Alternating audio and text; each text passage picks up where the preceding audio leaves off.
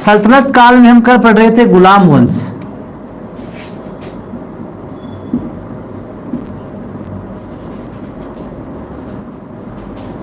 दिल्ली सल्तनत काल में, अच्छा ये बात है रोयल जी, कोई बात नहीं। सुरेश जी जयपुर स्टार बॉय, दिल्ली सल्तनत काल में हम मित्रों पढ़ रहे थे गुलाम वंश। हाँ, 1206 से 90 ईस्वी तक, 1206 से 1290 तक इसका कार्यकाल, गुलाम वंश का कार्यकाल था। हाँ संदीप जी, 12 बजे वाला क्लास नहीं एक बार। हाँ रामनिवास जी, गुलाम वंश छोटा सा वंश है, ये आज हो जाएगा कंप्लीट। हाँ अब चलो आगे बढ़ते हैं। देखिए मित्रों, कल हम पढ़ रहे थे इल्तुतमिश। इल्तुतमिश के बारे में मैंने आपको काफी सारी चर्चाएं बता दी थी, एक बार मैं बस रिपीट कर रहा हूं। इल्तुतमिश 1211 से लेकर 1236 तक, 1211 से लेकर 1236 ईस्वी तक इल्तुतमिश का कार्यकाल था। हाँ, इसके बारे में कल मैंने आपको बताया था कि सबसे पहले सल्तनत काल में, हाँ नमस्कार कालू जी, सल्तनत काल में सबसे पहले है सुल्तान की उपाधि धारण करने वाला शासक इल्तुतमिश था। लाहौर से राजधानी दिल्ली बनाने वाला शासक इल्तुतमिश था। और मुस्लिम साम्राज्य का सल्तनत काल का वास्तविक संस्थापक, गुलाम वंश का वास्तविक संस्थापक कौन था? इल्तुतमिश था। और अपने राज्य में मित्रों सल्तनत काल में सबसे पहले, नमस्कार नानूराम जी, सल्तनत काल में सबसे पहले शुद्ध अरबी सिक्के चलाने वाला शासक इल्तुतमिश था। चांदी का टंका और तांबे का जितल जो सिक्का चलाया था, इसने इकता प्रथा चालू की थी। और इकता प्रथा मैंने बताया था ना कल आपको, इकता प्रणाली। हाँ, और इसी इल्तुतमिश ने ही मित्रों कल हमने देखा था तुर्कान ए चहलगामी, 40 गुलामों का जो एक संगठन बनाया था तुर्कान ए चहलगामी, इसी इल्तुतमिश ने उसका गठन किया था। इसी इल्तुतमिश के बारे में हमने पढ़ा था कि इसने अपने पुत्र की याद में मदरसा ए नासिरी का निर्माण करवाया था। कुतुब मीनार का पूरा निर्माण किसने करवाया था मित्रों? इसी इल्तुतमिश ने करवाया था। नागौर में तारकिन दरवाजा किसने लगाया था? इल्तुतमिश ने लगवाया था। ख्वाजा मोइनुद्दीन चिश्ती की दरगाह का निर्माण है, वो भी इसने करवाया था। तो ये मित्रों हमने इतने ही कल चर्चाएं कर ली थी, इल्तुतमिश के बारे में हमने इतनी चर्चाएं कर ली थी। बिल्कुल सुरेश जी, बिल्कुल एक भी पॉइंट नहीं छोड़ेंगे आपका, सारे जितने पॉइंट बनेंगे वो शासक के बारे में, इतनी चर्चाएं हम कल कर चुके हैं, इसलिए आज उन चर्चाओं को सिर्फ मैंने दोहराया है। इल्तुतमिश के बारे में जितनी चर्चाएं थी कल वाली, वो मैंने आपको एक बार दोहरा दी है। अब इसके आगे बढ़ते हैं मित्रों, कल जितनी चर्चाएं की थी मैंने उतनी आपको दोहरा दी है। अब आगे बढ़ते हैं कल वाले से आगे, इल्तुतमिश के बारे में। अब देखिए मित्रों, इल्तुतमिश के काल में है, सबसे पहले है मंगोल आक्रमण हुए थे। सल्तनत काल में सबसे पहले मंगोल आक्रमण, सबसे पहले मंगोल आक्रमण किसके काल में हुए थे? तो सबसे पहले मंगोल आक्रमण मित्रों इसी के काल में हुए थे। 1221 ईस्वी में चंगेज का, 1221 ईस्वी में कौन होता है? चंगेज का आक्रमण होता है। 1221 में यहां पर मंगोल चंगेज खां का आक्रमण होता है। और इसने मित्रों मंगोलों के आक्रमण को क्या किया था? असफल किया था। इल्तुतमिश ने है मित्रों मंगोलों के आक्रमण को क्या किया था? असफल किया था। तो इल्तुतमिश है, इसने मित्रों है सबसे पहले इसके काल में मंगोल आक्रमण हुए थे। और 1221 ईस्वी में चंगेज खां का आक्रमण हुआ था। और मंगोलों के आक्रमण को सबसे पहले मित्रों इसने क्या किया था? असफल किया था, विफल किया था। ठीक है, अब बात करें इल्तुतमिश के बारे में, आगे बात करें इसके प्रमुख विरोधी कौन थे। इल्तुतमिश के दो प्रमुख विरोधी माने गए हैं। वैसे तो इसने देखो मित्रों बंगाल पर भी अधिकार किया था, गयासुद्दीन को हराकर बंगाल पर भी अधिकार किया था, लेकिन इसके दो प्रमुख विरोधी थे। एक तो था देखो मित्रों ताजुद्दीन यल्दौज, एक तो कौन था? ताजुद्दीन यल्दौज है, वो इसका प्रमुख विरोधी था। हाँ बिल्कुल सुरेश जी, ताजुद्दीन यल्दौज है इसका प्रमुख विरोधी था। किसका? इल्तुतमिश का प्रमुख विरोधी था ताजुद्दीन यल्दौज, जो मित्रों गजनी का सुल्तान था। कहां का था? गजनी का सुल्तान था।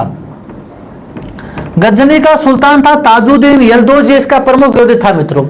और इस ताजुद्दीन यल्दौज के साथ है मित्रों इस इल्तुतमिश ने ताजुद्दीन यल्दौज व इल्तुतमिश के मध्य एक युद्ध हुआ मित्रों। उस युद्ध को कहते हैं तराइन का तृतीय युद्ध।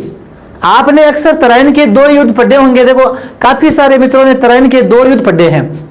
एक तो तराइन का प्रथम युद्ध मोहम्मद गौरी पृथ्वीराज के मध्य, जिसमें मोहम्मद गौरी की पराजय हुई थी, और दूसरे युद्ध में, तराइन के दूसरे युद्ध में 1192 में है मोहम्मद गौरी विजय हुआ था। ये तराइन के दो युद्ध होते हैं मुख्यतः। लेकिन तराइन का तृतीय युद्ध, तराइन का तृतीय युद्ध,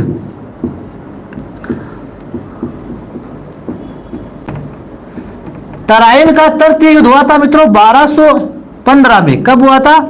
1215 ईस्वी में। तराइन का तृतीय युद्ध कब हुआ था मित्रों? 1215 ईस्वी में हुआ था। किस किस के मध्य हुआ था? इल्तुतमिश और ताजुद्दीन यल्दौज के मध्य। ताजुद्दीन यल्दौज के मध्य तराइन का तृतीय युद्ध हुआ था। और इस युद्ध में कौन विजय रहा था मित्रों? इल्तुतमिश विजय रहा था। कौन रहा था? इल्तुतमिश मित्रों विजय रहा था।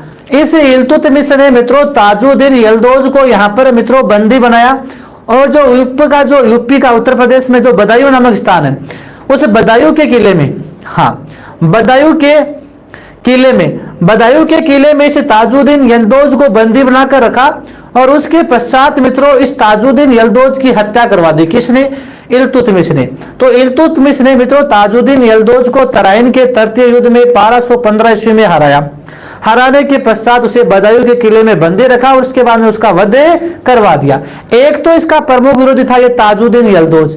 दूसरा इसका प्रमुख विरोधी कौन था? दूसरा था नासिरुद्दीन कुबाचा। नमस्कार कालू जी मीना, कितनी बार आपसे नमस्कार कर चुके हैं। तो इसके पश्चात दूसरा विरोधी कौन था मित्रों? इसका दूसरा विरोधी था इल्तुतमिश का दूसरा विरोधी था नासिरुद्दीन कुबाचा। इल्तुतमिश का ही दूसरा विरोधी कौन था मित्रों? इल्तुतमिश का ही दूसरा विरोधी कौन था? नासिरुद्दीन कुबाचा। कौन था? नासिरुद्दीन कुबाचा। और ये नासिरुद्दीन कुबाचा है, वो था सिंध व मुल्तान का गवर्नर। सिंध व मुल्तान का गवर्नर कौन था? सिंध व मुल्तान का गवर्नर था नासिरुद्दीन कुबाचा। और इस नासिरुद्दीन कुबाचा को है मित्रों 1227 या 1226-27 मान सकते हो आप। 1226-27 ईस्वी में, 1226-27 ईस्वी में मित्रों इस नासिरुद्दीन कुबाचा को है इल्तुतमिश ने है पराजित किया। नासिरुद्दीन कुबाचा को पराजित किसने किया था? इल्तुतमिश ने पराजित किया। इल्तुतमिश ने इसे क्या किया मित्रों? पराजित किया। नासिरुद्दीन कुबाचा को पराजित किया इल्तुतमिश ने। 1226-27 में सिंध व मुल्तान का गवर्नर था। और इल्तुतमिश ने मित्रों इसको पराजित करके इल्तुतमिश ने किस पर अधिकार कर लिया? सिंध व मुल्तान पर अधिकार कर लिया। इल्तुतमिश ने नासिरुद्दीन कुबाचा को हराकर, नासिरुद्दीन कुबाचा को हराकर है सिंध व मुल्तान पर अधिकार किया। सिंध व मुल्तान पर किसने अधिकार कर लिया मित्रों? इस इल्तुतमिश ने। उसके पश्चात जो नासिरुद्दीन कुबाचा है मित्रों, इस कुबाचा ने सिंधु नदी में डूबकर क्या कर ली? आत्महत्या। उसके पश्चात नासिरुद्दीन कुबाचा ने सिंधु नदी में डूबकर क्या कर ली मित्रों? आत्महत्या कर ली थी। ठीक है, ये आपको ध्यान में रखना है। अब बात करें मित्रों राजस्थान के संदर्भ में इल्तुतमिश की। देखिए राजस्थान के संदर्भ में बात करें तो इल्तुतमिश ने 1226 में राजस्थान में अपने रणथंभौर पर अधिकार किया था। रणथंभौर पर क्या किया था? अधिकार किया था। इसी इल्तुतमिश ने 1226 में राजस्थान में रणथंभौर पर अधिकार किया था। मैंने आपको जब मेवाड़ वंश पढ़ाया था तो एक भूताला का युद्ध बताया था। मेवाड़ वंश पढ़ाया था उस समय मैंने आपको भूताला का युद्ध बताया था। भूताला जो वर्तमान में उदयपुर में पड़ता है, भूताला का युद्ध बताइए किस किस के मध्य हुआ? जल्दी से बताइए। भूताला का युद्ध हुआ था मित्रों, और भूताला का युद्ध हुआ है वो देखिए इसी इल्तुतमिश वर्सेज राजस्थान का शासक कौन था? भूताला के युद्ध में मेवाड़ का शासक कौन था मित्रों? जल्दी से बताइए। 1227 ईस्वी में। कई जगह आपको 1222 से लेकर 29 के मध्य मिलता है। बिल्कुल अर्जुन जी प्रयास सही आंसर दिया। जित्तर सिंह कौन थे? भूताला के युद्ध में कौन थे मित्रों? जेतर सिंह। तो भूताल्या के युद्ध में मित्रों इल्तुतमिश और जेतर सिंह के मध्य युद्ध हुआ था, और इस युद्ध में जेतर सिंह क्या हुए थे मित्रों, विजयी हुए थे। जेतर सिंह है मित्रों भूताला के युद्ध में क्या हुए थे मित्रों, विजयी हुए थे। और इसके पश्चात देखो मैंने बताया था इल्तुतमिश ने मित्रों नागदा को यहां पर बुरी तरीके से नष्ट कर दिया था। भूताला के युद्ध के पश्चात मित्रों इल्तुतमिश की जो लौटती हुई सेना थी, उस लौटती हुई सेना ने नागदा को क्या है मित्रों, नागदा को बुरी तरीके से नष्ट कर दिया था। और जेतर सिंह ने बाद में चित्तौड़ को राजधानी भी बनाई थी। चित्तौड़ है वो तीसरी राजधानी बनी थी, ये भी हमने पढ़ा था मेवाड़ के इतिहास में। तो भूताला के युद्ध में मित्रों जेतर सिंह विजय हुए थे, इल्तुतमिश को पराजित किया था। ये आपको ध्यान में रखना है। इल्तुतमिश ने नागदा को भारी यहां पर क्षति पहुंचाई थी। ठीक है, इसके बाद में देखिए इसी इल्तुतमिश ने राजस्थान में जैसे जालोर के जो चौहान शासक थे मित्रों, जालोर के चौहान शासकों से अपने अधीनता स्वीकार करवाई थी इसने। अपने समय के जो जालोर के चौहान शासक थे मित्रों, जैसे इसके समय जो उदय सिंह थे, जालोर के चाचिंग देव थे, तो उस समय के जो शासक थे, इनके समय में जो शासक थे उनसे इन्होंने क्या अपनी अधीनता स्वीकार करवाई थी। इसके अलावा भी इल्तुतमिश ने राजस्थान में जैसे सांबर वाला क्षेत्र है, बयाना है, नागौर है, अजमेर है, इन सभी क्षेत्रों पर है इल्तुतमिश ने क्या किया था मित्रों, अधिकार किया था। तो इल्तुतमिश ने मित्रों है नागौर वाला है, बयाना वाला है, सांबर वाला है, अजमेर वाला जो क्षेत्र है, इन सभी क्षेत्रों पर अधिकार कर लिया था। किसने मित्रों, इल्तुतमिश ने अधिकार कर लिया था। थोड़ा सा इसके बारे में और देखते हैं, इसके बारे में देखिए मित्रों, लेकिन थोड़ा सा पर इसको एक बार वापस देख लीजिए। हाँ कोई बात नहीं अशोक जी, इल्तुतमिश से कल हमने काफी सारी चर्चा इसके बारे में की थी, उससे उन्हें चर्चाओं को आगे बढ़ाते हैं। सबसे पहले मंगोल आक्रमण है, इसके काल में हुए थे। चंगेज खां का आक्रमण 1221 में होता। इसके दो प्रमुख विरोधी थे, ताजुद्दीन यलदौज और नासरुद्दीन कुबाचा। ताजुद्दीन यलदौज और नासरुद्दीन कुबाचा हमने कल भी पढ़े थे, ये कुतुबुद्दीन ऐबक के गुलाम हुआ करते थे, दोनों के दोनों कुतुबुद्दीन के गुलाम थे। ठीक है, तराइन का तृतीय युद्ध हुआ ताजुद्दीन यलदौज और इल्तुतमिश के मध्य 1215 ईस्वी में। और इस युद्ध में मित्रों कौन विजय हुए थे, इसी युद्ध में मित्रों है विजय हुए थे आपके इल्तुतमिश, और यलदौज को मित्रों बदायूं के किले में कैद करके बाद में उसका वध करवा दिया। ठीक है, इसके बाद में देखिए मित्रों नासरुद्दीन कुबाचा जो सिंध व मुल्तान का गवर्नर था, 1226-27 में नासरुद्दीन कुबाचा को इल्तुतमिश ने पराजित किया। सिंध और मुल्तान पर अधिकार उसने कर लिया था। ठीक है, उसके बाद में कुबाचा है ये सिंधु नदी में डूबकर क्या कर लेता है, अपनी आत्महत्या कर लेता है। ठीक है, 1226 में यह राजस्थान के रणथंभौर पर अधिकार करता है। भूताला का युद्ध है, इस भूताला के युद्ध में हालांकि जेतर सिंह की विजय हुई थी, इल्तुतमिश को हराया था 1227 में।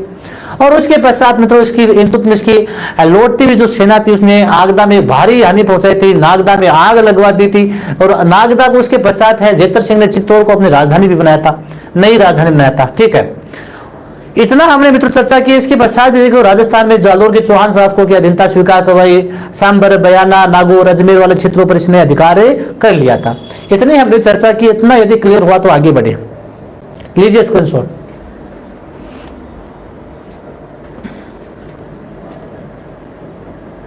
थोड़ा सा इसके बारे में देखते हैं, उसके बाद में हम आगे बढ़ते हैं।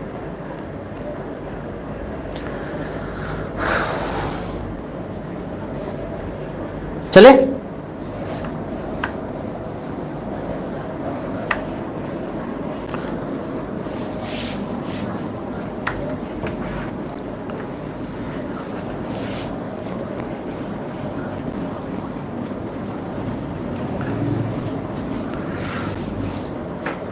हाँ राम राम जी सुमन जी।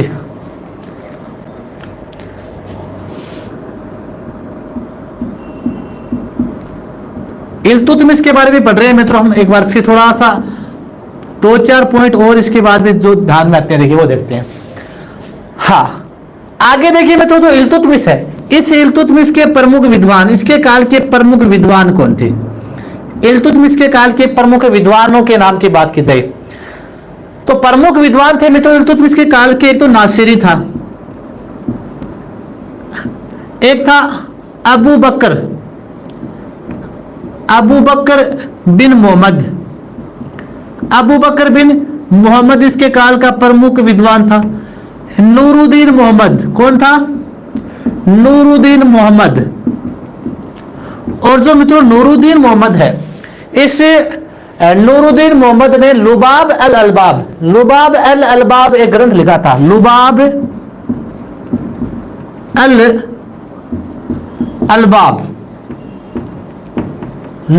अल अलबाब है जो ग्रंथ किसने लिखा था मित्रों? हाँ लुबाब अल अलबाब, धन्यवाद माधुरी जी, सुरेश जी। लुबाब अल अलबाब है जो मित्रों ग्रंथ है, ये नूरुद्दीन मोहम्मद ने लिखा था। किसके विद्वान था ये इल्तुतमिश में। तो इल्तुतमिश का जो विद्वान था मित्रों नूरुद्दीन मोहम्मद, इसने लुबाब अल अलबाब ग्रंथ लिखा था। हाँ, इसी के दरबार में एक था मित्रों फक्के, इसी के दरबार में था एक फक्के मुदबिर। एक विद्वान कौन था? फक्के ए, या फक्के भी बोल दो, फक ए मुदबिर। इसी के दरबार में एक विद्वान कौन था मित्रों? फक ए मुदबिर। कौन था? हाँ, फक ए मुदबिर। इसी के दरबार में एक विद्वान था फक ए मुदबिर। और इस फक ए मुदबिर ने एक ग्रंथ लिखा था आदाब उल अरब। कौन सा लिखा था? आदाब उल अरब, आदाब उल अरब। और मित्रों जो आदाब उल अरब ये ग्रंथ है, आदाब उल अरब जो ग्रंथ है, ये राजस्थान का नहीं सॉरी, ये पूरे भारत का प्रथम मुस्लिम ग्रंथ है। पूरे भारत का प्रथम मुस्लिम ग्रंथ है। बिल्कुल, हाँ बिल्कुल, थोड़ी बहुत तो जानते, टूटी फूटी इंग्लिश भी जानते हैं। आदाब उल अरब है क्या है मित्रों? भारत का प्रथम मुस्लिम ग्रंथ है। भारत का प्रथम मुस्लिम ग्रंथ। आपसे पूछ ले कि भारत का प्रथम मुस्लिम ग्रंथ कौन सा है? भारत का प्रथम मुस्लिम ग्रंथ कौन सा है? आदाब उल अरब। कौन सा है मित्रों? आदाब उल अरब है, ये भारत का प्रथम मुस्लिम ग्रंथ है मित्रों। किसने लिखा था? फक्के मुदबिर ने। किसने लिखा था? फक्के मुदबिर ने लिखा था इसी के काल में। ठीक है मित्रों, ये आपको ध्यान में रखना है, ये प्रथम मुस्लिम ग्रंथ माना जाता है। ठीक है, इसके बाद में देखिए मित्रों थोड़ा सा आगे बढ़ते हैं, एक दो पॉइंट इसके बाद में। इल्तुतमिश के बारे में एक विद्वान था इब्न बबूता। इब्न बबूता,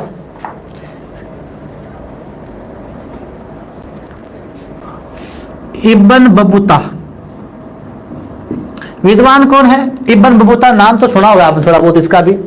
इब्न बबूता, हाँ इब्न बबूता, इस विद्वान ने मित्रों इल्तुतमिश के बारे में क्या कहा है? देखिए, इब्न बबूता कहता है कि इल्तुतमिश के जो दरबार है, हाँ बिल्कुल बिल्कुल सुरेश जी, इब्न बबूता है। हाँ, इब्न बबूता ने कहा है कि जो इल्तुतमिश का जो महल थे, इल्तुतमिश के महलों के सामने, इल्तुतमिश के महलों के सामने है वो दो संगमरमर के शेर बने हुए थे। कैसे? दो संगमरमर के शेर, दो संगमरमर के क्या बने हुए थे मित्रों? दो संगमरमर के शेर बने हुए थे। और हाँ नमस्कार डाल सिंह जी, दो संगमरमर के शेरों के गले में है मित्रों घंटियां लगी हुई थी। दोनों संगमरमर के शेरों के गले में क्या लगी थी? घंटियां लगी थी। और उन घंटियों को बजाने पर कोई भी जो फरियादी होता था, जिसे न्याय मांगना होता था अपने सुल्तान से, उन घंटियों को यदि वह बजाता तो सुल्तान के द्वारा तुरंत उसे क्या मिलता था? न्याय मिलता था। ये कौन लिखता है? इब्न बबूता लिखता है। तो इब्न बबूता कहता है मित्रों कि जो इल्तुतमिश है, इस इल्तुतमिश के दरबार में है, इसके महलों के सामने है दो संगमरमर के शेर बने हुए थे। और उन शेरों के गले में क्या लगी हुई थी? इन शेरों के गले में घंटियां लगी हुई थी। और किसी भी फरियादी को न्याय मांगना होता था तो वह इन शेरों की गले की घंटियां बजाता और सुल्तान उनका क्या करता मित्रों? न्याय करता था। बिल्कुल, हाँ बिल्कुल, जहांगीर के काल में बिल्कुल पढ़ेंगे सुरेश जी, जब मुगल काल पढ़ेंगे हम वहां पर भी पढ़ेंगे। ठीक है, हाँ तो ये आपको ध्यान रखना है। इसके बाद में 1236 में इसकी क्या हो जाती है मित्रों? 1236 में इल्तुतमिश की जो बैनियान अभियान पर जाते हुए क्या होती है? इसकी मृत्यु हो जाती है। तो ये थे आपके इल्तुतमिश, काफी चर्चाएं कल भी की थी, आज भी हमने इनके बारे में चर्चा की है। तो निकिता जी, हिम्मत जी, सबका स्वागत है। हाँ ठीक है, चचनामा ग्रंथ बिल्कुल अर्जुन जी। तो इल्तुतमिश के विद्वानों के बारे में पढ़ा। लुबाब अलबाब ग्रंथ लिखा नूरुद्दीन मोहम्मद ने। आदाब उल अरब लिखा फक्के मुदबिर ने, जो भारत का प्रथम मुस्लिम ग्रंथ था। इसके बाद में इब्न बबूता ने इसके बारे में क्या कहा? 1236 में इसकी क्या हो गई? मृत्यु हो गई। अब इसके बाद में इल्तुतमिश के बाद में देखिए मित्रों अगला जो शासक बनता है वो इल्तुतमिश के बाद में देखिए रुकनुद्दीन फिरोज। कौन बनता है? रुकनुद्दीन फिरोज। हालांकि इसके बारे में आपको ज्यादा डिटेल नहीं ध्यान रखनी है। रुकनुद्दीन फिरोज जो मात्र 7वां के लिए शासक बना था। इल्तुतमिश का जो पुत्र था, हाँ इंटेलिजेंट गर्ल बोल रही है, मेरा भी नाम निकिता ही है। इल्तुतमिश का पुत्र था मित्रों रुकनुद्दीन फिरोज ये 7वां किले शासक बनता है, क्योंकि इल्तुतमिश ने अपनी पुत्री थी रजिया सुल्ताना, उस रजिया सुल्ताना को है अपना उत्तराधिकारी घोषित करता है, लेकिन ये रुकनुद्दीन फिरोज 7वां किले शासक बनता है। फिर इसको यहाँ पर जनता ने है रुकनुद्दीन फिरोज ये अयोग्य शासक था, इसको हटा दिया और रजिया सुल्ताना को क्या बना दिया, रजिया सुल्तान को है अगला नेक्स्ट है उत्तराधिकारी बना दिया। तो रजिया के बारे में पढ़ेंगे हम, रुकनुद्दीन के बारे में ज्यादा नहीं पढ़ना है। इल्तुतमिश का ये पुत्र था, 7वां के लिए इसने क्या किया था, शासन किया था। तो लीजिए स्क्रीनशॉट, इसके बाद में आगे बढ़े रजिया सुल्तान के बारे में।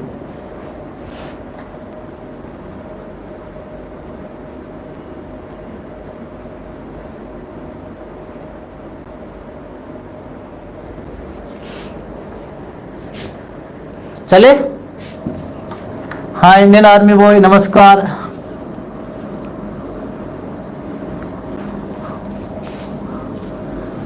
बारह सौ 36 से लेकर 1240 तक पढ़ेंगे हम रजिया सुल्तान के बारे में।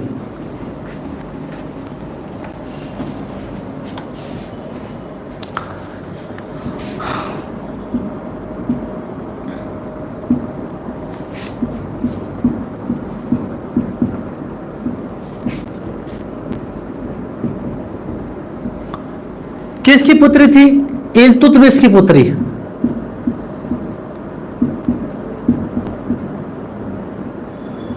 इल्तुतमिश की पुत्री थी कौन, रजिया सुल्तान। और इसके बारे में जो प्रश्न आया गया है सबसे पहले, हाँ वो सबसे पहला क्वेश्चन ज्यादातर ये आया है कि भारत की प्रथम महिला शासक या प्रथम मुस्लिम महिला शासक। हाँ बहुत बहुत धन्यवाद दिनेश जी। हाँ तो भारत की प्रथम महिला शासक या प्रथम मुस्लिम महिला शासक बोल दो की बात है, वो कौन थी मित्रों, रजिया सुल्ताना। तो इसके बारे में ये प्रश्न काफी बार आ गए हैं। भारत की प्रथम महिला शासक, भारत की प्रथम महिला शासक, भारत की प्रथम महिला शासक पूछ ले या चाहे मुस्लिम महिला शासक पूछो की बात है। तो भारत की प्रथम महिला शासक या मुस्लिम शासक कौन थी मित्रों, वो थी रजिया सुल्ताना। कौन थी मित्रों, रजिया सुल्तान थी, और जो किसकी पुत्री थी, इल्तुतमिश की पुत्री थी। अब देखिए मित्रों, जो रजिया सुल्तान है, इस रजिया सुल्तान ने क्या किया, ये पुरुषों की तरह रहती थी। जब ये दरबार में आती थी रजिया सुल्तान, तो ये पुरुषों की तरह वेशभूषा पहन कर आती थी। कैसी वेशभूषा पहनती थी, पुरुषों की वेशभूषा, पुरुषों की वेशभूषा पहनती थी। अर्थात जब ये दरबार में आती थी तो सिर पर टोपी पहनती थी और कोट, पुरुषों वाला कोट पहनती थी, पुरुषों वाली क्या पहनती थी, टोपी पहनती थी। तो अपने दरबार में जब भी आती थी तो ये पुरुषों की वेशभूषा में आती थी, सिर पर टोपी और पुरुषों वाला कोट पहनकर आती थी, कुर्ता पहनकर आती थी पुरुषों वाला। तो इसके जो दरबारी थे मित्रों, वो इससे क्या रहने लगे थे, नाराज रहने लगे थे। इन्हीं में से पुनीत जी धन्यवाद आपका। हाँ और इन्हीं में से कुछ जैसे गवर्नर थे, जैसे लाहौर के गवर्नर है, इसके अलावा जैसे हांसी के गवर्नर थे, बदायूं के थे। तो लाहौर के, हांसी के, बदायूं के गवर्नर थे। ये आसपास के जो गवर्नर थे ये इनसे क्या रहने लगे थे, नाराज रहने लगे थे। इसके अलावा एक मोहम्मद जुनैदी था, जो इस इल्तुतमिश के काल में वजीर के पद पर नियुक्त था, मोहम्मद जुनैदी, वो भी इससे क्या हो गया था, नाराज हो गया। तो इसके दरबारी इससे नाराज हो गए। इसके अलावा जो ये रजिया सुल्तान है, इसने अपने दरबार में ज्यादातर गैर तुर्कों को है महत्व ज्यादा दिया।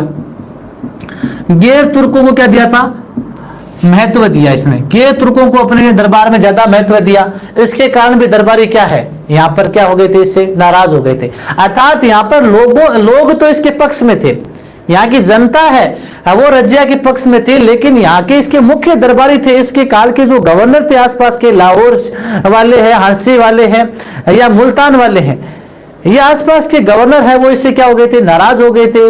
वजीर इससे नाराज हो गए थे उस समय के। हाँ इसलिए इसके मुख्य कारण था। और इनमें एक कारण एक और था।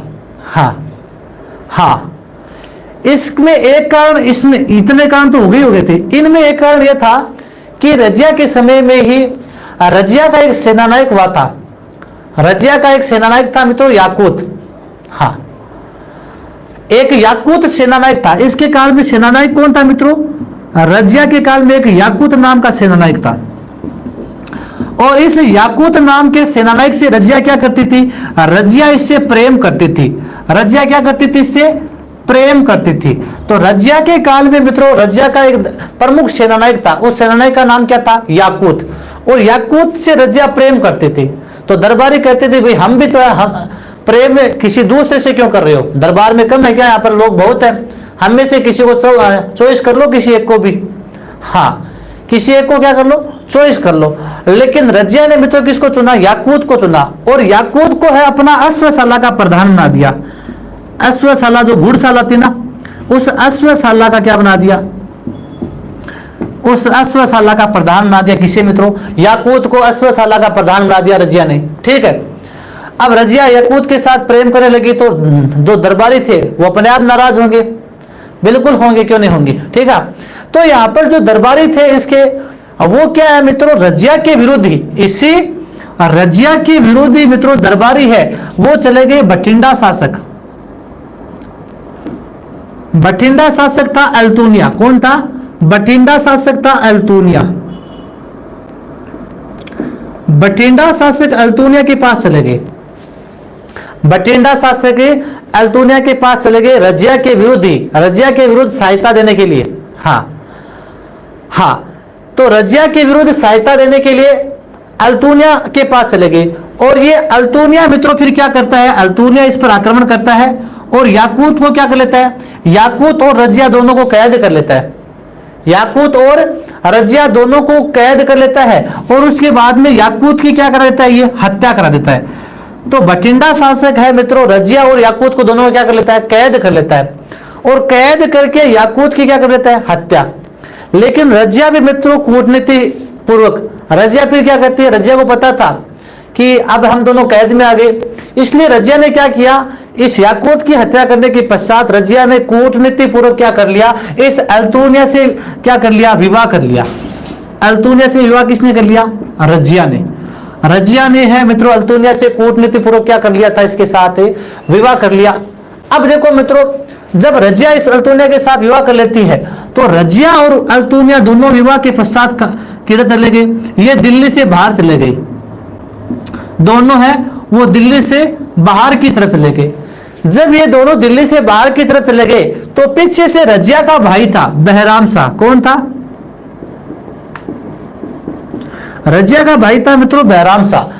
ये क्या हो जाता है मित्रों? गद्दी पर बैठ जाता है। रजिया का भाई है, रजिया का भाई कौन था? बहराम शाह। और बहराम शाह क्या मित्रों? गद्दी पर बैठ जाता है पीछे से। 1240 में क्या बैठ जाता है? ये गद्दी पर बैठ जाता है। और जब मित्रों रजिया और अल्तुनिया दोनों है वापस दिल्ली से बाहर गए हुए थे, जब वापस आते हैं, जब वापस आते हैं दिल्ली की तरफ, दिल्ली की तरफ जब ये दोनों वापस आते हैं मित्रों तो रास्ते में डाकुओं के द्वारा इनकी हत्या कर दी जाती है। डाकुओं द्वारा क्या कर दी जाती है? इनकी डाकुओं द्वारा इनकी क्या कर दी जाती है? हत्या कर दी जाती है। कई जगह ऐसा भी उल्लेख मिलता है कि बहराम शाह ने इनकी हत्या करवा दी थी। तो डाकुओं ने जब ये दिल्ली की तरफ वापस आ रहे थे, दोनों दिल्ली की तरफ रजिया और अल्तुनिया जब वापस आ रहे थे तो रास्ते में डाकुओं ने इनकी क्या कर दी? दोनों की हत्या कर दी। अब बहराम शाह शासक बन गया 1240 से 42 तक। 1240 से लेकर 42 तक शासक रहा था। बहराम शाह के काल की कोई आपको घटना याद नहीं करनी है। ठीक है, तो इतना हमने देखा। एक बार वापस देख लीजिए मित्रों। हाँ, रजिया सुल्तान 1236 से लेकर 40 तक क्या रही थी? शासक रही थी। इल्तुतमिश की पुत्र थी, भारत की प्रथम महिला शासक थी। पुरुषों की वेशभूषा पहनकर आती थी, इसलिए दरबारी से क्या रहने लगे थे? नाराज रहने लगे थे। दरबार में गैर तुर्कों को इसने महत्व दिया था। ये अपने याकूत नामक सेनानायक से प्रेम करती थी, है ना। तो इसलिए यहाँ पर दरबारी इसी के विरुद्ध, इसके दरबारी इसी के विरुद्ध किसको सहायता देने लगी? बठिंडा के शासक अल्तुनिया के पास पहुंच गए। हाँ, बठिंडा के शासक अल्तुनिया के पास पहुंच गई। तो अल्तुनिया इस पर आक्रमण करता है। तो अल्तुनिया क्या करता है? याकूत और रजिया दोनों को कैद कर लेता है और याकूत की क्या कर देता है? हत्या कर देता है। तो उसके पश्चात यहाँ पर जो रजिया थी उसने कूटनीति पूर्वक अल्तुनिया के साथ क्या कर लिया? विवाह कर लिया। जब अल्तुनिया और जो रजिया थी विवाह करने के पश्चात दिल्ली से बाहर चले गए, ये घूमने के लिए चले गए दिल्ली से बाहर, है ना। तो इसके पश्चात जब ये दिल्ली से बाहर चले गए तो पीछे से दिल्ली पर राज कौन करने लगा? यहाँ पर बहराम शाह जो रजिया का भाई था, इसने गद्दी छीन ली और 1240 में गद्दी पर बैठ गया। जब ये दिल्ली से बाहर गए थे, उसे जब वापस लौट रहे थे तो कैथल के पास में डाकुओं के द्वारा इनकी क्या कर दी गई? हत्या कर दी गई और बहराम शाह शासक बन गया 1240 से लेकर 42 तक। ठीक है, बहराम शाह के बाद में देखो शासक बना था मित्रों, देखो अलाउद्दीन मसूद शाह। अलाउद्दीन मसूद शाह, अलाउद्दीन मसूद शाह शासक रहा था 1242 से लेकर 46 तक। अलाउद्दीन मसूद शाह शासक रहा था 1242 से लेकर 46 तक शासक रहा था। हाँ, और यहां पर हाँ बिल्कुल, अगर विवाह नहीं करती तो बिल्कुल दिनेश प्रजापति यहां पर रजिया को मार देता, अल्तोनिया, बिल्कुल ये तो होना ही था। इसीलिए तो यहां पर रजिया ने कूटनीति पूर्वक उसके साथ विवाह किया था। हाँ, अलाउद्दीन मसूद शाह है 1242 से लेकर 46 तक कार्यकाल रहता है इसका। इसके कार्यकाल में देखो मुख्य शक्ति इसके पास भी नहीं थी। यहाँ पर जो तुर्कान ए चहलगामी जो 40 गठन था, उस 40 के पास में मुख्य शक्तियां थी, इसके पास राज्य की कोई भी मुख्य शक्तियां नहीं थी। इसके बाद में जो शासक आएगा वो आएगा मित्रों नासिरुद्दीन महमूद। लीजिए स्क्रीनशॉट।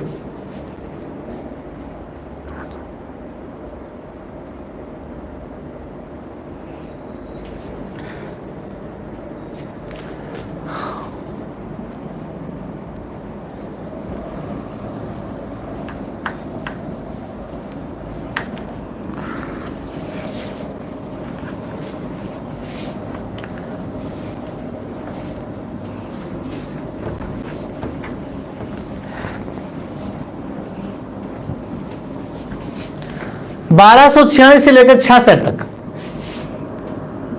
नासिरुद्दीन महमूद शाह इल्तुतमिश का ही पुत्र एक शासक बनता है। 1246 से लेकर 66 तक शासन किसका रहता है मित्रों? हाँ, नासिरुद्दीन महमूद शाह। नासिरुद्दीन महमूद शाह 1246 से लेकर 66 तक क्या रहता है मित्रों? शासक रहता है। हाँ, इसके बाद में देखिए मित्रों नासिरुद्दीन महमूद शाह के बारे में काल की बात की जाए तो इसके काल के जो प्रमुख जो वजीर था, मुख्य पद था, वो वजीर कौन कौन था मित्रों? तो इसके काल का जो प्रमुख वजीर था वह था बलबन। कौन था? बलबन। यानी जो नासिरुद्दीन महमूद शाह शासक था, इसके काल की जो वास्तविक शक्तियां थी, इसके काल की वास्तविक शक्तियां किसके पास थी?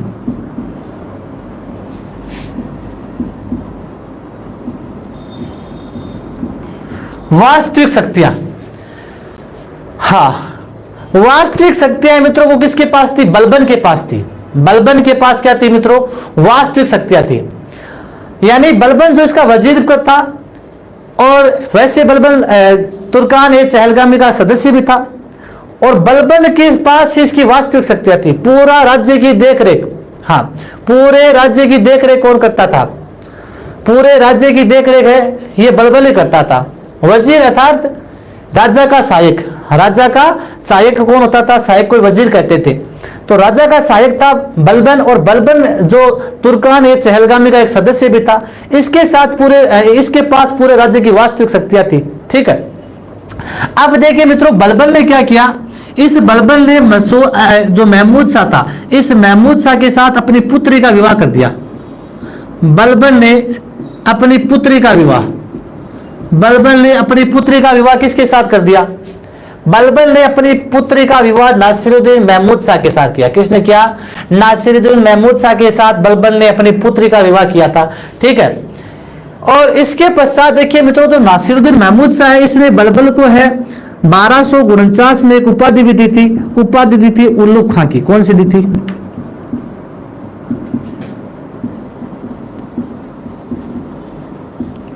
हाँ, बलबन ने मित्रों है, बलबन को नासिरुद्दीन महमूद शाह ने कौन सी उपाधि दी थी? उल्लुक खां की उपाधि थी। जब बलबन ने अपनी पुत्री का विवाह इसके साथ किया था, नासिरुद्दीन ने बलबन को कौन सी उपाधि दी? बलबन को नासिरुद्दीन ने 1249 में कौन सी उपाधि दी मित्रों? उल्लुक खां की उपाधि दी। कौन सी थी? उल्लुक खां की उपाधि दी।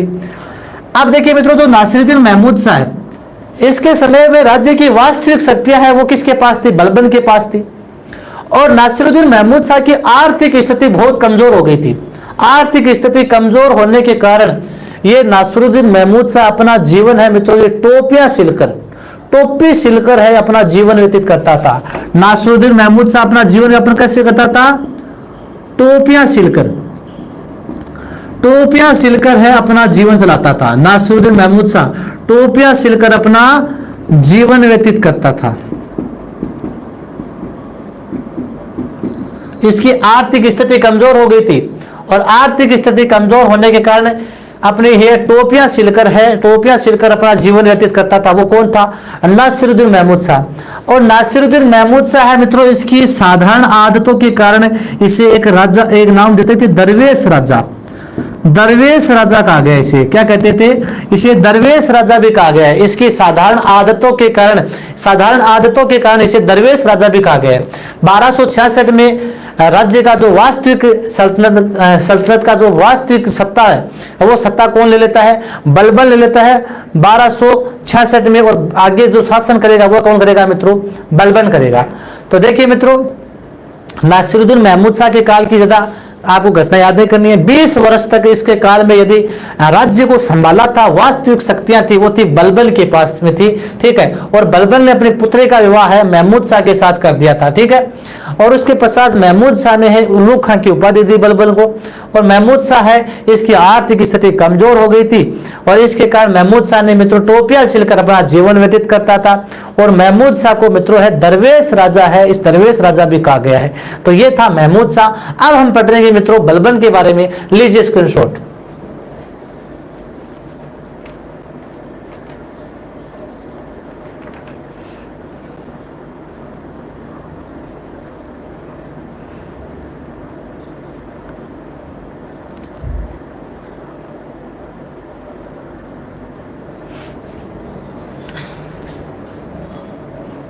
हाँ, बलबन हो जाएगा आज आराम से। 20 मिनट पढ़िए और 20 मिनट में मित्रों बलबन कर लेंगे। तो बलबन के बाद में छोटे छोटे 2 शासक बचते हैं। आज ये गुलाम वंश कंप्लीट हो जाएगा, कल आपका खिलजी वंश करेंगे। फिर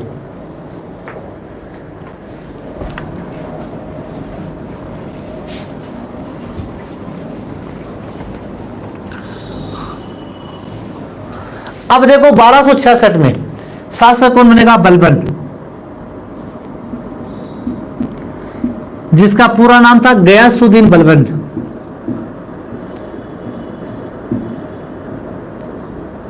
गयासुद्दीन बलबन, इसका कार्यकाल था 1266 से लेकर 87 तक।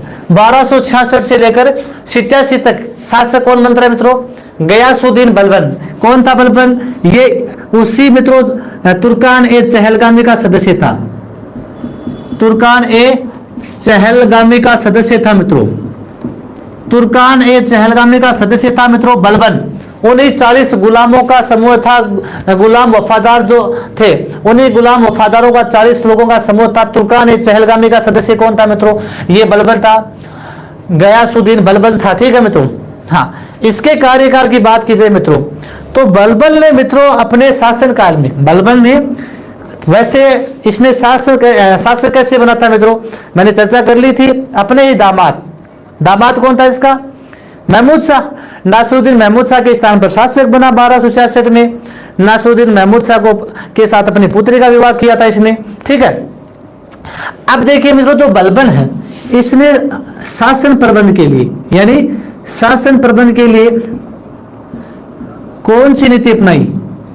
शासन प्रबंध के लिए रक्त व लोहे की नीति, रक्त व लोहे की नीति अपनाई। शासन प्रबंध के लिए रक्त व लोहे की नीति किसने अपनाई थी मित्रों? बलबन ने। अर्थात तलवारों के राज पर शासन करना, तलवारों के राज पर शासन नियंत्रित करना, वह कौन था मित्रों? बलबन। तो ये अच्छा क्वेश्चन है। रक्त व लोहे की नीति, शासन प्रबंध के लिए रक्त व लोहे की नीति अपनाने वाला सल्तनत काल का शासक कौन था? तो रक्त व लोहे की नीति के अनुसरण करने वाला सल्तनत काल का शासक कौन था मित्रों? वह था बलबन। कौन था मित्रों? बलबन था। हाँ, और इसी ने मित्रों अपने शासन प्रबंध के लिए राजत्व का सिद्धांत भी दिया। कौन सा दिया? राजत्व सिद्धांत। शासन प्रबंध को चलाने के लिए, शासन प्रबंध को चलाने के लिए इसने राजत्व का सिद्धांत दिया था। और इसी राजत्व के सिद्धांत की, हाँ नमस्कार कल्लीराम जी गुर्जर, और इसी राजत्व के सिद्धांत का जो वर्णन है मित्रों, वो वर्णन है, वो एक व्यक्ति था मिनहाजुद्दीन सिराज। मिनहाजुद्दीन सिराज, जिसने तबकात ए नासिरीन लिखी थी। तबकात ए नासिरी का लेखक था मिनहाजुद्दीन सिराज। उस मिनहाजुद्दीन सिराज ने तबकात ए नासिरी में इस राजत्व सिद्धांत का विश्लेषण किया है। ठीक है, अब देखिए मित्रों, इसी बलबन ने देवत्व का सिद्धांत दिया। देवत्व सिद्धांत में ये विश्वास करता था। देवत्व सिद्धांत में क्या करता था? ये विश्वास।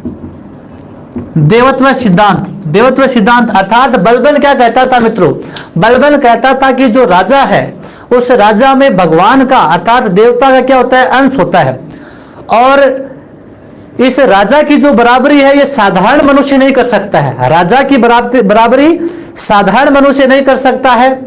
और इसमें देवता का अंश होता है। राजा में किसका अंश होता है? राजा में देवता का अंश होता है।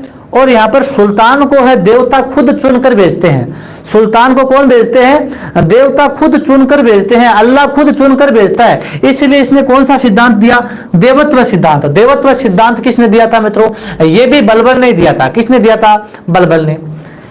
इसके अलावा देखिए मित्रों, बलबन ने पूरे मुस्लिम काल में, पूरे मुस्लिम काल में सबसे पहले जिले इलाई की उपाधि धारण करी। सबसे पहले मुस्लिम काल में जिले अलाई की उपाधि पूरे मुस्लिम काल में सबसे पहले जिले अलाई की उपाधि किसने धारण की थी? बलबन ने। जिले अलाई अर्थात, हाँ बिल्कुल, नाइब ए खुदाई जिले अलाई अर्थात बात की जाए जिले अलाई खुद को है भगवान का रूप बताया। खुद को क्या बताया? ईश्वर का प्रतिनिधि। उसको खुद को क्या बताया? ईश्वर का प्रतिनिधि, अल्लाह का प्रतिनिधि बताया खुद को। तो बलबन ने मित्रों जिले इलाई की क्या की थी? उपाधि धारण की थी। और अर्थात खुद को क्या बताया? अर्थात ईश्वर को प्रतिनिधि, ईश्वर का प्रतिनिधि खुद को बताया था बलबन ने। ठीक है, इसके बाद में देखिए मित्रों, बलबन के काल में जो तुर्कान ए चहलगामी चलती थी 40 सदस्यों की, 40 वफादार गुलामों की, उस 40 वफादार गुलामों की जो चलती थी तुर्कान ए चहलगामी, इस तुर्कान ए चहलगामी को क्या कर दिया था? इसने नष्ट कर दिया था। अपने राज में तुर्कान ए चहलगामी को क्या कर दिया? नष्ट कर दिया। बोलो अब आपका कोई काम नहीं है। तुर्कान ए चहलगामी को क्या कर दिया? नष्ट कर दिया। तुर्कान ए चहलगामी को क्या कर दिया? नष्ट। तुर्कान ए चहलगामी को नष्ट कर दिया या समाप्त कर दिया। किसने कर दिया था? बलबन ने कर दिया था। बोले अब आपका समाप्त है, आपका काम समाप्त हो गया है, इसलिए अब आप अपने घरों पर जा सकते हो। तो तुर्कान ए चहलगामी को समाप्त कर दिया किसने मित्रों? बलबन ने समाप्त कर दिया था। ठीक है, ये आपको ध्यान में रखना है। इसके अलावा देखिए मित्रों, जो बलबन है, इस बलबन ने अपने काल में सबसे पहले मित्रों देखो 2 प्रथाएं चलाई थी, सिजदा व पाबोस प्रथा। ये बहुत बार प्रश्न आ चुका है मित्रों। सिजदा व पाबोस प्रथा सबसे पहले किसने लागू की थी? सिजदा व पाबोस प्रथा सबसे पहले किसने लागू की थी? तो सिजदा व पाबोस प्रथा सबसे पहले इसी बलबन ने लागू की थी। सिजदा का अर्थ होता है मित्रों सुल्तान के सामने सिर झुकाना। घुटनों के बल है, सुल्तान के सामने है सिर झुकाना। पाबोस का अर्थ है सुल्तान के पैर चूमना। सुल्तान के पैर चूमना और सुल्तान के सामने सिर झुकाना, ये 2 प्रथाएं किसने लागू की थी? बलबन ने लागू की थी। तो बलबन ने शासक बनते ही मित्रों, बलबन ने है सिजदा व पाबोस प्रथा लागू की थी। सुल्तान के सामने सिर झुकाना और सुल्तान के पैर चूमना, ये किसने लागू की थी? ये बलबन ने लागू की थी मित्रों। काफी बार एग्जाम में क्वेश्चन पूछा जा चुका है, ये आपको ध्यान में रखना है। ठीक है मित्रों, आगे देखिए मित्रों, इसी बलबन के काल में मित्रों, इसी बलबन के काल में मित्रों देखिए, एक जो फारसी त्योहार होते हैं ना, नवरोज, फारसी त्योहार नवरोज की शुरुआत हुई।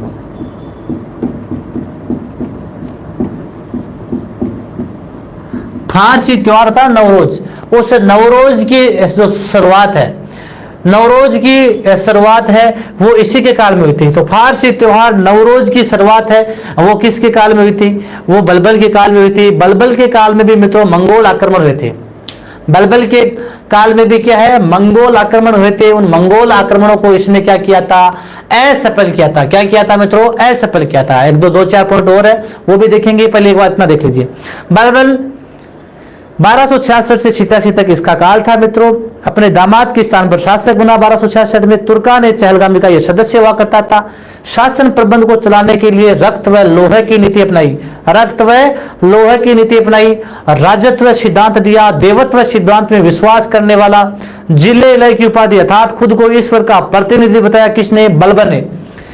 तुर्कान चहलगामी को इसने समाप्त कर दिया था।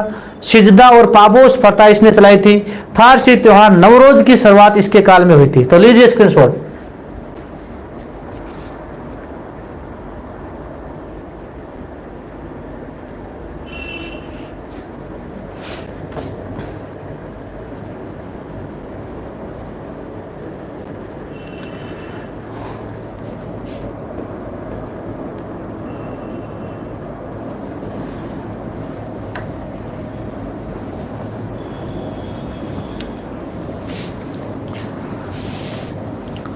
अब बलबन के काल में देखो दो घटनाएं और। एक तो सबसे पहले गुप्तचर विभाग की स्थापना इसने की थी। एक सेना को मजबूत करने के लिए इसने दीवान अर्ज एक विभाग चलाया था। तो वो भी ध्यान में रखना है। एक तो मित्रों अपने सामंतों पर निगरानी रखने के लिए बलबन ने मित्रों अपने सामंतों पर निगरानी रखने के लिए अपने सामंतों पर निगरानी रखने के लिए बलबन ने मित्रों है एक तो गुप्तचर विभाग की स्थापना की। गुप्तचर विभाग की गुप्तचर विभाग की स्थापना।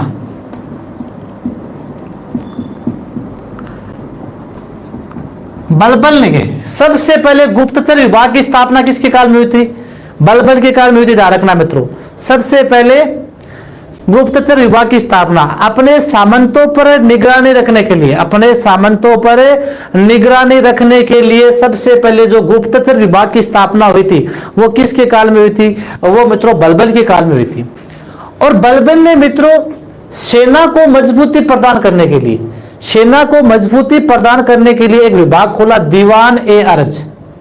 दीवान अर्ज और सेना अध्यक्ष बनाया इसने इबाब उल मुल्क को उसका सेना अध्यक्ष बना दिया। तो बलबन ने मित्रों देखिए आगे देखिए, सेना को मजबूत करने के लिए कौन सा विभाग खोला? दीवान अर्ज। सेना को मजबूत करने के लिए दीवान अर्ज विभाग की स्थापना की। दीवान अर्ज विभाग की स्थापना की। सेना अध्यक्ष बनाया इबाब उल मुल्क को। सेना अध्यक्ष किसे बनाया?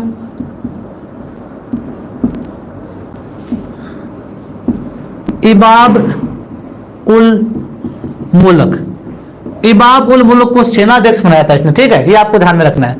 और इसके काल के बलबल के काल में देखो मित्रों एक तो अमीर खुसरो था, एक अमीर हसन था।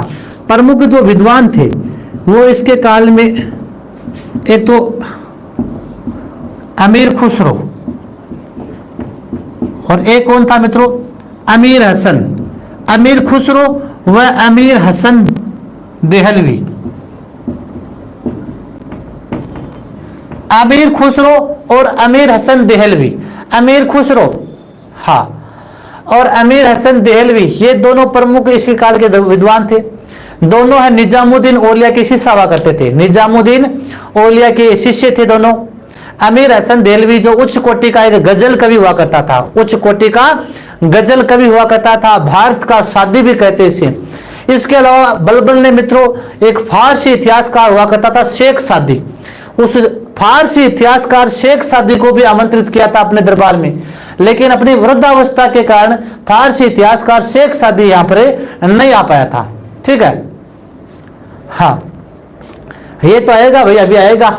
विक्रम सिंह जी, दिल्ली अभी दूर है, ये अभी आएगा, आगे आएगा। निजामुद्दीन औलिया वाला तुगलक वंश में पढ़ेंगे हम। ठीक है, इसके बाद में देखिए हाँ अब जो बलबन है मित्रों, इसी बलबन के काल में, बलबन के काल में देखिए मित्रों 1286 में 1286 में बलबन का पुत्र था, बलबन का पुत्र था मित्रों मोहम्मद खां। कौन था? मोहम्मद खां। और बलबन का जो पुत्र था मित्रों मोहम्मद खां, इस मोहम्मद खां की मृत्यु हो गई थी मंगोलों के विरुद्ध। मंगोलों के विरुद्ध, तैमूर खां के विरुद्ध कहते हैं। मंगोलों ने जब आक्रमण किया था तो मंगोलों के आक्रमण में बलबन का पुत्र था मोहम्मद खां। मोहम्मद खां की मृत्यु कब हो गई थी? 1286 में। 1286 में मित्रों मोहम्मद खां की मृत्यु हो गई थी। और मोहम्मद खां की मृत्यु के पश्चात कहते हैं कि बलबन एक प्रकार टूट सा गया था और मोहम्मद खां को है बलबन ने शहीद का दर्जा दिया। किसका दिया? शहीद का दर्जा दिया था। और बलबन है एकांत में रहकर, मोहम्मद खां की मृत्यु के पश्चात बलबन एकांत में रहकर फूट फूट कर रोता था, यानी एकांत में रहकर रोता था। इसके पश्चात बलबन बीमार पड़ गया और 1287 में बलबन की क्या हो गई? 1287 में बलबन की भी क्या हो गई? मृत्यु हो गई। 1287 में क्या हो गई? मृत्यु हो गई। तो अपने पुत्र मोहम्मद खां की मंगोलों के विरुद्ध जब मृत्यु हो जाती है तो बलबन है एकांत में रहकर रोने लग जाता है, बहुत दुखी रहता है, बीमार पड़ जाता है। और 1287 में बलबन भी की हो जाती है मित्रों, 1287 में बलबन की भी मृत्यु हो जाती है। एक इतिहासकार है के ए निजामी, एक इतिहासकार था के ए निजामी। ये इतिहासकार के ए निजामी कहता है मित्रों जो बलबन है, ये बलबन है आधुनिक जो यहां पर जो फिल्मी सितारे है ना, आधुनिक फिल्मी सितारों की तरह था। जिस प्रकार आधुनिक फिल्मी सितारे अपने दर्शकों का क्या करते हैं? मनोरंजन करते हैं, उसी प्रकार ये बलबन भी है अपने दर्शकों को मंत्रमुग्ध कर देता था। के ए निजामी लिखता है कि जिस प्रकार आधुनिक फिल्मी सितारे अपने दर्शकों का मनोरंजन करते हैं, उसी प्रकार बलबन भी है अपने समय में है अपने दर्शकों का क्या करता था? मनोरंजन करता था, उनको मंत्रमुग्ध करता था। यह था बलबन। इसके अलावा मित्रों बलबन है यह सामान्य जनता से कभी नहीं मिलता था। बलबन है किसी भी तुच्छ व्यक्ति को नहीं छूता था। बलबन कहता था कि यदि कोई तुच्छ व्यक्ति मेरे सामने आ जाता है तो मेरी नाड़ियों में खून उबलने लगता है और मैं क्रोधित हो जाता हूं, मुझे उस पर बहुत गुस्सा आता है। तो बलबन मित्रों ये तुच्छ व्यक्ति से कभी नहीं मिलता था और ये कहता था कि तुच्छ व्यक्ति यदि मेरे सामने आ जाता है तो मेरी नाड़ियों में मेरा खून उबलने लग जाता है, मुझे बहुत गुस्सा आता है उस पर। तो ऐसी बात है किसने कही थी मित्रों? ये है बलबन ने कही थी। इसके अलावा देखो मित्रों जब बलबन की मृत्यु हुई थी, बलबन की मृत्यु हुई थी उस समय मल्लिकों ने बलबन की मृत्यु पर है अपने वस्त्र फाड़ लिए थे। इतने दुखी हुए थे मल्लिक और बलबन की मृत्यु के पश्चात उन्होंने अपने वस्त्र फाड़ लिए थे। और जब कब्रिस्तान में उसका शव ले जाया जा रहा था बलबन का, उस समय है उन्होंने अपने सिर पर क्या है? धूल झोंक ली, पूरे सिर को धूल से भर लिया था। और उसके पश्चात है मित्रों 40 दिन तक है मल्लिक है वो बिना बिस्तर के जमीन पर ही सोए थे। बलबन की मृत्यु के पश्चात 40 दिन तक है वो मल्लिक है बिना बिस्तर जमीन पर सोए थे। तो ऐसा कहा जाता है बलबन के बारे में। और 5 बार दिन में ये नमाज पढ़ता था बलबन, दिन में 5 बार नमाज पढ़ता था बलबन। ठीक है, हाँ ये आपको ध्यान में रखना है। अब देखिए मित्रों बलबन के बाद में देखिए मित्रों इससे गुलाम वंश का जो पतन होता है, गुलाम वंश का पतन यह होता है 1287 से 90 के बीच है गुलाम वंश का पतन होता है। हाँ अब देखिए मित्रों इससे बलबन के बाद में जो शासक बना था वो बना था केकुबाद। कौन बना था? केकुबाद शासक बना था, जिसको लकवा हो गया था। केकुबाद की क्या हो गया था? लकवा हो गया। तो केकुबाद का पुत्र बना था क्यूमर्स। कौन बना था? क्यूमर्स। ये अंतिम शासक था मित्रों। केकुबाद के बाद में शासक कौन बना मित्रों? क्यूमर्स शासक बना। और इस केकुबाद और क्यूमर्स की जो हत्या है वो हत्या कर दी थी इनका एक सेनानायक था जलालुद्दीन खिलजी। कौन था? जलालुद्दीन खिलजी। जलालुद्दीन खिलजी ने इन दोनों की हत्या कर दी और इन दोनों की हत्या करके गुलाम वंश का क्या कर दिया? गुलाम वंश को समाप्त कर दिया। और जलालुद्दीन खिलजी ने यहां पर खिलजी क्रांति की शुरुआत कर दी। खिलजी क्रांति की शुरुआत कर दी। जलालुद्दीन खिलजी ने क्या कर दी? खिलजी क्रांति की शुरुआत कर दी। अर्थात इसके आगे कौन सा वंश आएगा? खिलजी वंश आएगा। कौन सा आएगा? खिलजी वंश आएगा। ठीक है, ये आपका गुलाम वंश मित्रों कंप्लीट होता है। एक बार वापस देख लीजिए, बलबन ने गुप्तचर विभाग की स्थापना की थी सामंतों पर निगरानी के लिए। सेना को मजबूत करने के लिए दीवान अर्ज विभाग की स्थापना की। सेनाध्यक्ष इबाब उल मुल्क को बनाया था। विद्वान थे इसके अमीर खुसरो, इसके समय अमीर हसन देहलवी थे। 1286 में मंगोलों के विरुद्ध इसके पुत्र की जब मृत्यु होती है मोहम्मद खान की, तो बलबन रोने लग जाता है, फूट फूट कर बीमार पड़ जाता है। 1287 में क्या है, बलबन की क्या होती है, मृत्यु हो जाती है 1287 में। इसके बारे में इतिहासकार के निजामी ने क्या कहा था, हाँ, तो ये फिल्मी सितारों की तरह, आधुनिक फिल्मी सितारों की तरह अपनी जनता का मनोरंजन करता था। गुलाम वंश का पतन 1287 से 90 के मध्य। बलबन के बाद में शासक उसका पुत्र बना था केकुबाद, जिसकी लकवा हो गया था, तो केकुबाद का पुत्र शमसुद्दीन क्यूमर्स शासक बनता है। लेकिन इनका जो सेनानायक था केकुबाद और क्यूमर्स का जलालुद्दीन खिलजी, ये इन दोनों की हत्या कर देता है और गुलाम वंश का क्या कर देता है, खत्म कर देता है। और यहाँ पर खिलजी क्रांति की क्या कर देता है, शुरुआत कर देता है। तो ये मित्रों आपका कौन सा हो गया, आज गुलाम वंश कंप्लीट हो जाता है। कल हम खिलजी वंश के बारे में चर्चा करेंगे। धन्यवाद मित्रों।